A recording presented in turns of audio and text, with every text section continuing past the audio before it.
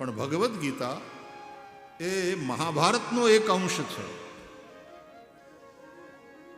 માત્ર 700 શ્લોક, 18 અધ્યાય, એટલે એને સપ્તશતી પણ કહે છે. આ તમે ચંડી પાઠ જે કરો ને એમાંય 700 શ્લોક છે, એમાં 13 અધ્યાય, એને સપ્તશતી કહેવાય.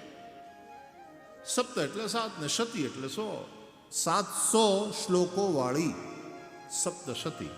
એટલે ચંડી પાઠ એ પણ સપ્તશતી, આ ભગવદ્ ગીતા એ પણ સપ્તશતી, પણ એના અધ્યાય 18, ઓલાના 13. એ સપ્તશતી ચંડી પાઠ એ માર્કંડેય પુરાણમાંથી ઉઠાવવામાં આવેલો ટુકડો છે.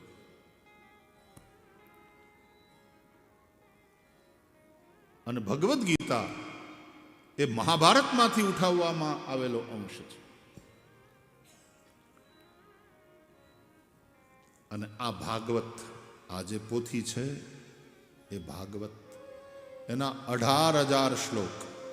હું કામ સમજાવું છું કે ભગવદ્ ગીતા અને ભાગવત જુદા છે. ભગવદ્ ગીતા નનકુડી પુસ્તિકા 700 શ્લોકોની, ભાગવત એટલે આ મોટી પોથી, આમાં 18,000 શ્લોક. ગીતામાં 700, ક્યાં 700 ને ક્યાં 18,000. આમાં 335 અધ્યાય. મહાપ્રભુ શ્રી વલ્લભાચાર્યજી મહારાજ અનુસારે 3 ક્ષેપકના છે એમાં અધ્યાય, દશમ સ્કંદની અંદર બ્રહ્માજીના મોહના. અને ભગવદ્ ગીતામાં માત્ર 18 અધ્યાય.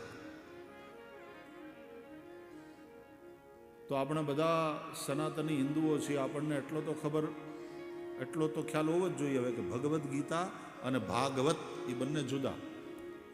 ઠીક હે?